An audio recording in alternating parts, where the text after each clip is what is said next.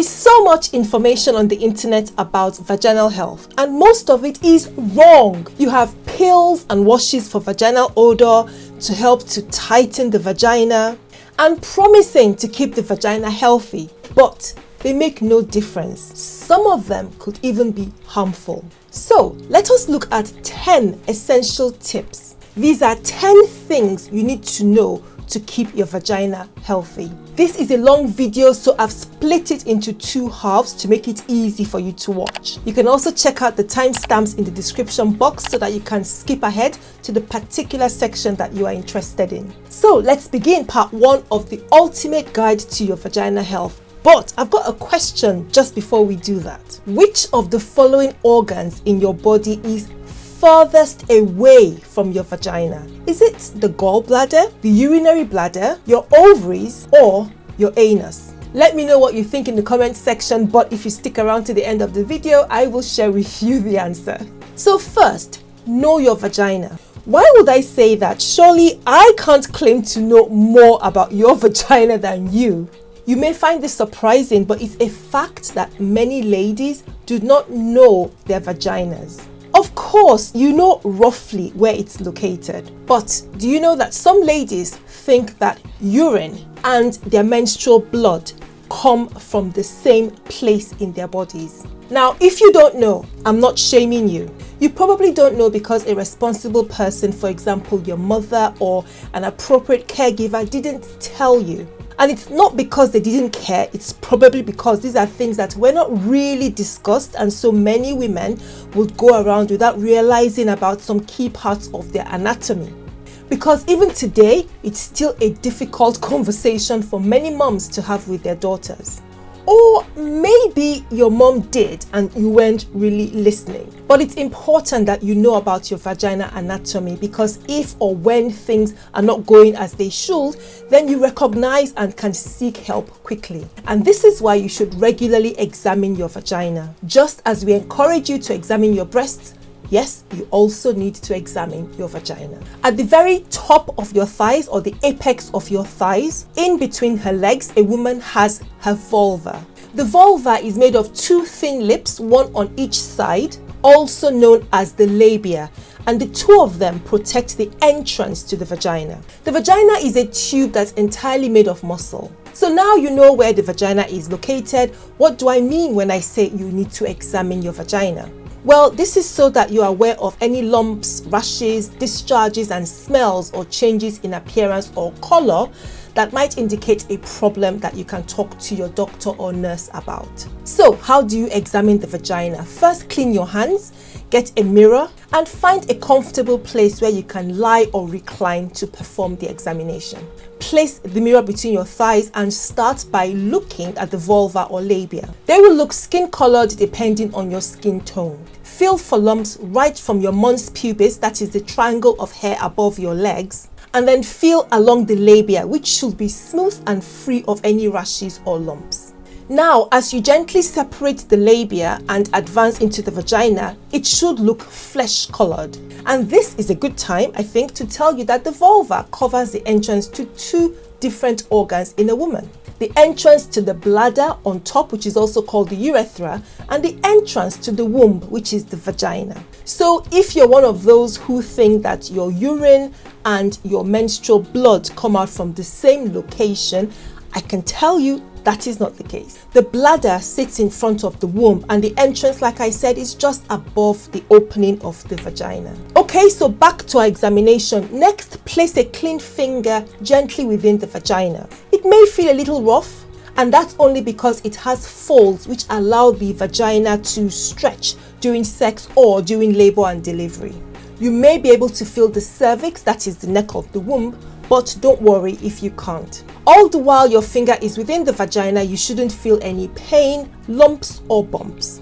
And that's it. So get to know your vagina and get into the habit of checking your vulva and vagina regularly every 1 to 2 months. Report any changes or abnormalities as soon as possible to your doctor. Tip number 2, your vaginal health depends on maintaining a normal pH or acidity.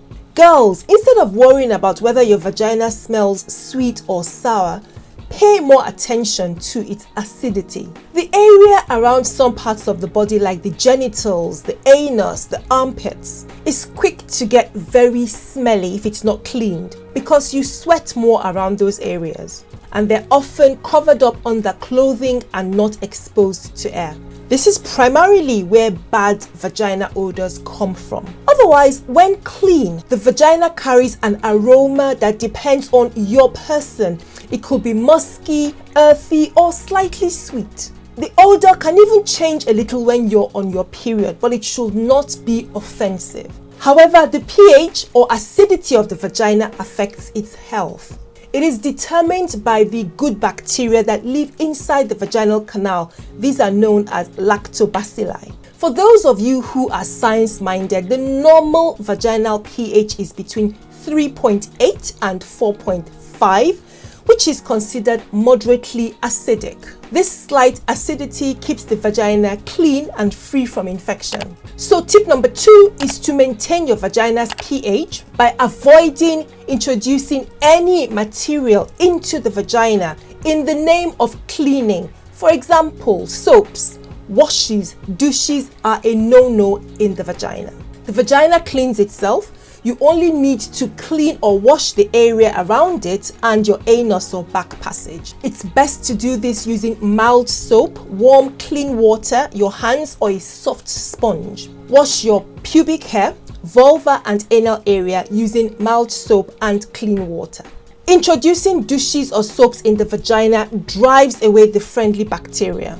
That makes it stop becoming acidic and exposes you to the risk of getting infections. Tip number 3, choose your underwear carefully. Many ladies who come to the doctor with itchy vaginas and abnormal vaginal discharge may avoid these problems if they spend as much time picking the right underwear as they do getting fashionable outer clothing. So unless you're planning to spend a lot of time in the doctor's office and drinking one pill after the other, be mindful that you may be sensitive to certain materials.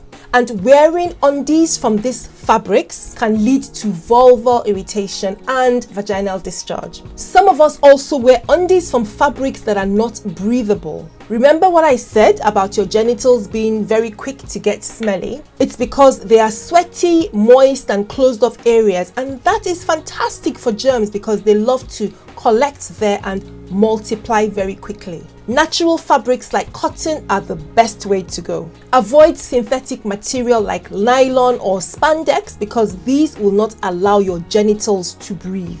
And it's not just choosing the right underwear that's important. Change your underwear at least once a day. Wash your undies with gentle soap and ensure they're fully sun-dried or dried in a machine and fresh before you put them on again. Some studies suggest using a low heat iron on washed undies. This can help eliminate any germs that might have been introduced while washing them in the machine. And next, refresh your underwear drawer regularly. Don't wait until they're worn out with holes in them before you change them. Treat your genital area as a very sensitive part of your body and you will reap the rewards of vaginal health. My 4th tip is about preventing repeat or recurring urinary tract infections or UTIs. So I just finished explaining to you how the bladder and womb, two clearly different organs, have openings that are not too far away from each other. And this is why recurring urine or bladder infections can irritate and cause trauma to your vulva and the vagina. UTIs are more common in women than men, but most of us will not suffer from frequent urinary infections. For some other ladies though, it can be a problem. If you fall into that category, it is worthwhile going to your doctor so they can check if there is a problem with your entire urinary tract. If that's not the case, there are some habits that can put you at risk of having repeat infections. First is holding urine in the bladder for a very long period. Next is failing to drink water and hydrate yourself regularly. Another one is wearing tight-fitting panties. Also, washing your privates with scented soap or using talcum powder in your genital area. And one that we often forget is failing to go to the toilet to ease ourselves or empty the bladder before and after having sex. That brings me to tip number 5, which is practice menstrual hygiene. 4 things you must ensure during your periods if you have them. Change tampons, pads and menstrual cups regularly, maybe every 3 to 4 hours depending on how heavy your flow is. Wash and bathe more frequently during your periods. Wear breathable undies while on your menstrual period. Avoid using any fragrance products around your vulva or vagina around this time. It will keep you clean and healthy and help you prevent bad odors if you wash regularly, wear cotton undies, change your menstrual products frequently, and so on. And if you have heavy menstrual bleeding, that can mean something different for many women. However, soaking your undies, your clothes, your bedding, and passing blood clots could be clues that you have very heavy periods. All that, or having painful menstrual periods, should make you seek your doctor's advice. That's it for part 1 of your ultimate vagina guide. Thank you so much for watching. Don't forget to give this video a like and share it with a friend. So if you're still pondering about that question I asked at the beginning, which of those organs is furthest away from the vagina, if you answered the gallbladder, then you are correct. Next time, we shall continue part 2 of the ultimate guide to your vaginal health. Make sure you've subscribed to the channel and you've turned the notification bell on so you know when that video is published. Thanks again for watching. I'll see you again soon. Bye bye.